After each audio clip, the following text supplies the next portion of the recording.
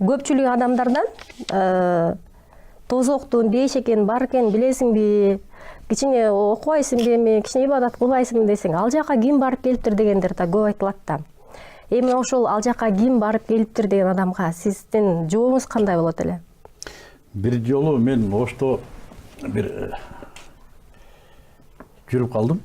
Ошондо Ошто бир белгилүү саясий фигуралардын бири үйүнө чакырып калды. Марсайым, уруксат берсең, мен ушул окуяны айтып берейин.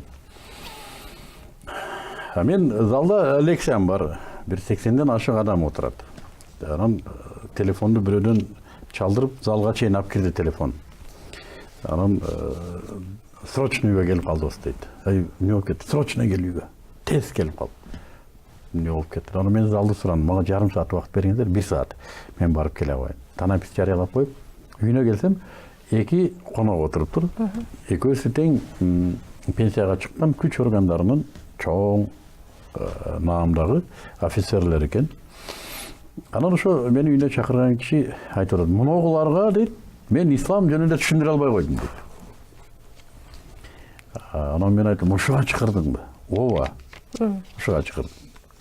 Анан мен аларга айттым, кечиресиңер, мен элди таштап коюп келдим. Болгону бир 20 мүнөт убактым бар.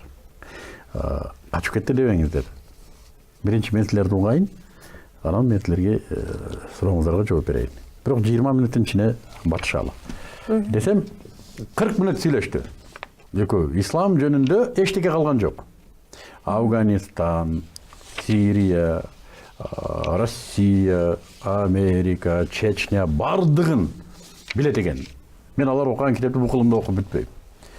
Айтып бүтүштөр, мен айттым, бүттүңөр, бүттү. Менде 2 суроо бар. Ошо жооп бериңиздер, бүттүп кетебиз. Биринчи суроо, силер да өлөсүңөрбү? Кандай? Өлүм жөнүндө да ойлогон эмес. Кыйналып атат да. Силер өлөсүңөрбү? Кандай өлөм? Өлөбүз. Өлөбүз. Экинчи суроо. Өлгөндөн кийин эмне болосуңар? Кандай эмне болобуз? Тып-тынч, бир 30-40 секундтай тынчтык. Кандай эмне болобуз? Ойлоп көргөн эмес бул жөнүндө. Өлгөндөн кийин эмне болосуңар? Эмне болобуз? Анан бирөөсү акылы иштеп кетти окшойт. Эми ким көрүп келиптир? Аякта тозок бар экен, дейт. Анан мен сурадым, ким көрүп келиптир аякта тозок жок экен? Бүттү. Ким силерге айтты? Балдар, билгениңер кыла бергиле, тозок жок экен деп. Ким айтты силерге? Шансыбыз 50-50бү? 50-50. Мына мен тозок бар экен деп жашайм. Арак ичпейм, бузукулук кылбайм, урлук кылбайм, мурда кылган күнөөлөрүмө кечирим сурап жашайм. Эгер тозок бар болсо, мен кутулдум тозоктон. Ооба. Бул жашоодо да мен аброюм менен жашап атам. Эми жигиттер, силерчи тозок жок деп жашагандар. Бул жашоодо силерди ууру деп билет. Силерди бузуку деп билет. Силердин балдарыңар да силер өлгөндөн кийин уялышы мүмкүн силерден. Эми өлгөндөн кийин тозок бар болуп калса, эмне кыласыңар балдар? Пыштыңарбы? Пыштык дейт. Тозоктун бар же жок экендигин бүгүн тажрыйба менен далилдей албайбыз, Марсайым. Ушуга ишенгендерди имандуу дейт. Ишенбегендерди кечирип кой. Ишенген аракет кыл. Өзүңдү ушу тупа урду алга башың иштесин. Биринчи Кудай барбы? Ошого аракет кыл түшүнгөнү. Бар болсо, ал жолу сени таштап койгонбу? Же бир нерсе кылабы сага? Бир сөзүн айтабы? Айткан болсо, эмне деген сөздү айтты? Ошол сөздү изде. Жана ошол сөздөрдүн эң акыйкатын тап. Ошол жерде маалымат бар. Тозок барбы же жокпу деген. Ошол жараша жаша. Деп эки эле ооз менен түшүндүрбөсөк, бүгүн адамдар өзүнүн өлүмү жөнүндө ойлобойт. Сен тозокту кой, өлүп калам деп ойлобойт. Жок.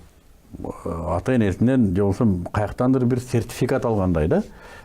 Туп-туура 90 жашка чыгам же 100гө чыгам дегендей жашайт.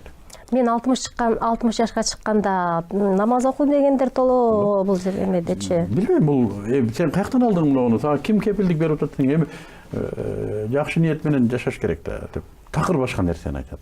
Азыр жай башына барып карасаң, мына мен өткөндө ошо Сарасепти алдым да. жана мүрзөлөрдө жазылган некрологдордун 80-90% жаштар. 30-40-тын тегерегинде балдар. Жаштар көп эле экен да. Өлүм жаш кары дебейт экен, кабак каштын ортосунда. Муну ойлобогон адам тозокту кантип ойлойт? Демек анын оюн кайтаруу керек.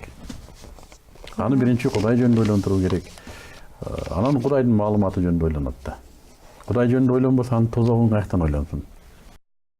Кадырлуу көрөрмандар, мен бул каналдын көрөрманы болгонуңуз үчүн ыраазычылык билдирем жана ушул каналга жазылууну унутпаңыз. Айтмакчы, башкаларга дагы сунуш кылып коюңуз.